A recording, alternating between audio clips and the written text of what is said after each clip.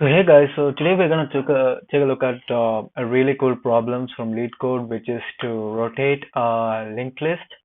So the idea is that we'll be given with a variable called k, and we're supposed to rotate the linked list such that the last k elements will come at the front, right? So for example, here we have a linked list with 5 elements in it, and the k value that's provided to us is 2. So what we need to do is that we need to rotate the linked list such that when we do the first rotation, the last element would come at the first. So 5 would rotate and then come all the way to the front here. And then when we do the second rotation, the 4 here would come all the way back to the front here. So that's kind of the idea of actually solving the problem. So the way that we need to think about this problem is in terms of k, right? So we have been provided with k value, which is 2. And if you take a look at this, so the last two elements in this linked list, which is 4 and 5, is what we need to focus on. So the idea is that we need to move both these 4 and 5 from the last position all the way to the front, right? So that's the goal that we need to do. So in order to do this, we need to do two steps, right? So the first step is to make sure that the elements before k minus 1, so k is 2, right? So the last k minus 1, k plus 1th element, which is the last to third element, I mean the element right before the last two k elements, we need to set it from pointing to 4 to pointing to null. So that's kind of the first thing that we need to do. Wait, this is not actually, this is like one of the things that we need to do, but the first thing that we actually need to do is we need to point the last element, in this case 5, to point the next of the last element to the head of the linked list. So that's kind of the first thing that we need to do. So so this is the first thing that we need to do, and the second thing that we need to do, as I talked to you before, is we need to point the element right before the k.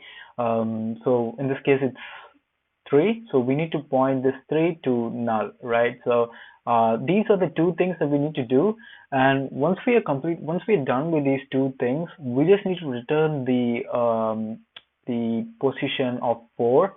So in this case 4 here, and then we'll get the entire linked list. So these are the two things that we need to do to solve this problem. So now I'm going to code this out in Java. I feel like if we code it out, it'll make a lot more sense.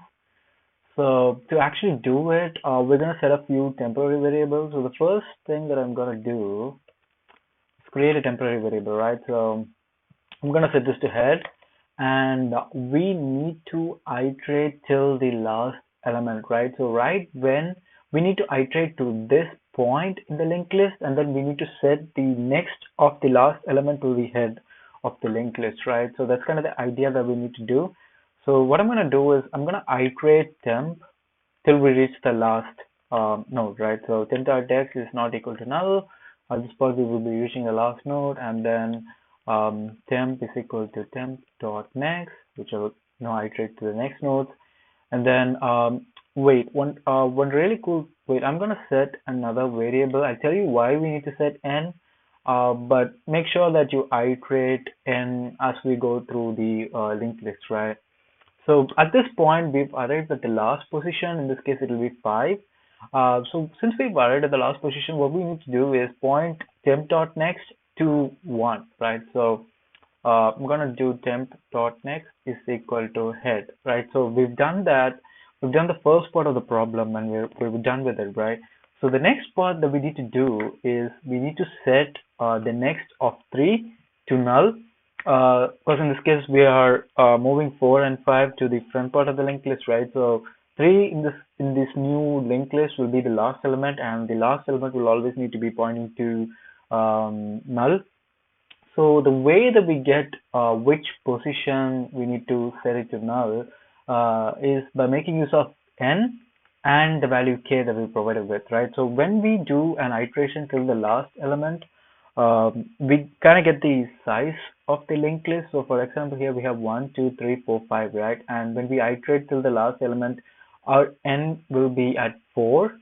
and the k that we provided is 2, and when we subtract 4 minus, I mean when we do like let me show you, right? So int jump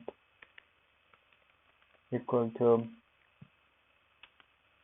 n minus k, right? So in this case, what's exactly happening, right? So we are iterating to the array, and we'll be getting n as 4, because at this point we will not be iterating n, and n will be 4, and k is 2.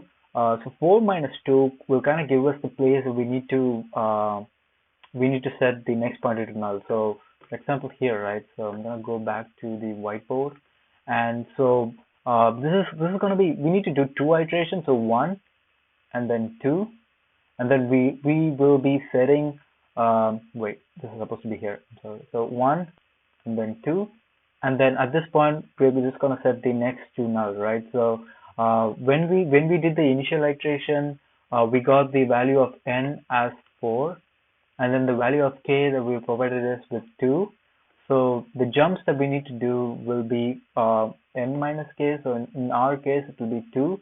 So we need to do 2 jumps, and at this point, we'll be arriving at the place that we need to set the next to null, and then we will just set the next to null, right? So that's what I'm gonna code it out. So the way that we do is, I'm gonna declare another temporary variable just so that we can have a clear understanding of what I'm iterating here.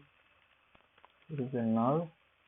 Then temp2 equal to head, and then while jump is greater than or equal to 0, then I'm gonna iterate temp.next.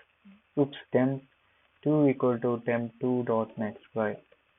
So at this point we've arrived at 3, and then before we set the temp.next to null, so before we set temp.next to null, we want to make sure that we get the value, we get the position of 4, because if we set temp.3.next to null, we would lose the position of 4. So right when we before set the value to null, we want to get 4 and then store it in a separate temporary variable so that we have the location of where we need to start from, right? So the way that we do that is by creating reference here. So I'm gonna set it out result. So that's what we're gonna return from here. So I'm gonna set it to temp2.next, and then I'm gonna set temp2.next equal to null. Right. So we've done both. So I think at this point we can just return result. And then one more thing that we need to check is a few base conditions. So what if we're provided with an empty list, right? So in that case, we can just check if, wait, we don't even need to declare values. So I'm just gonna check here. In that case, so if head equal to null, I'm just gonna, at that point, I'm just gonna return head, right? So it's one of the base conditions. And there's also another base condition in cases where, for example here, right? So in this example, we have 0, 1, 2, but we're supposed to rotate it 4 times, which is again, even if we rotate it 4 times, it just basically means that we're rotating it just once, because if we take a look at the resultant after rotating it 4 times, we've just arrived at rotating it just once. So 0, 1, 2, and if we rotate it just once, we would get 2, 0, 1, which is what we're getting it here, right? So we're rotating 4 times, which is pretty much equivalent to rotating it just once. So the way that we need to make sure that we're just doing it only limited number of times is to be able to, so that's kind of pretty much it. This will make sure that we're doing the right amount of rotations.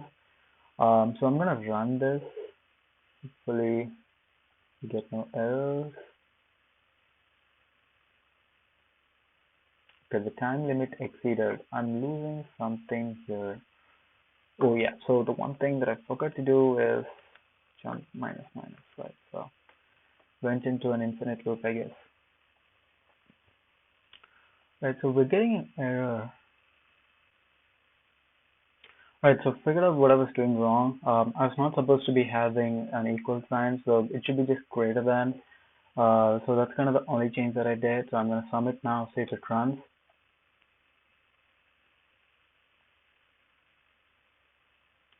Alright, so that's kind of pretty much it, guys. So we just need to do two steps to make sure that we are setting the last element to point to the first spot, and then we want to make sure that the elements right before we moved all that. So um, so in this case we have like 1, 2, 3. We want to make sure that 3 kind of points to null, and then we need to also make sure that we have the address before in order to return that, right? So that's kind of the two steps that we need to solve this problem. So see you again tomorrow with a new problem.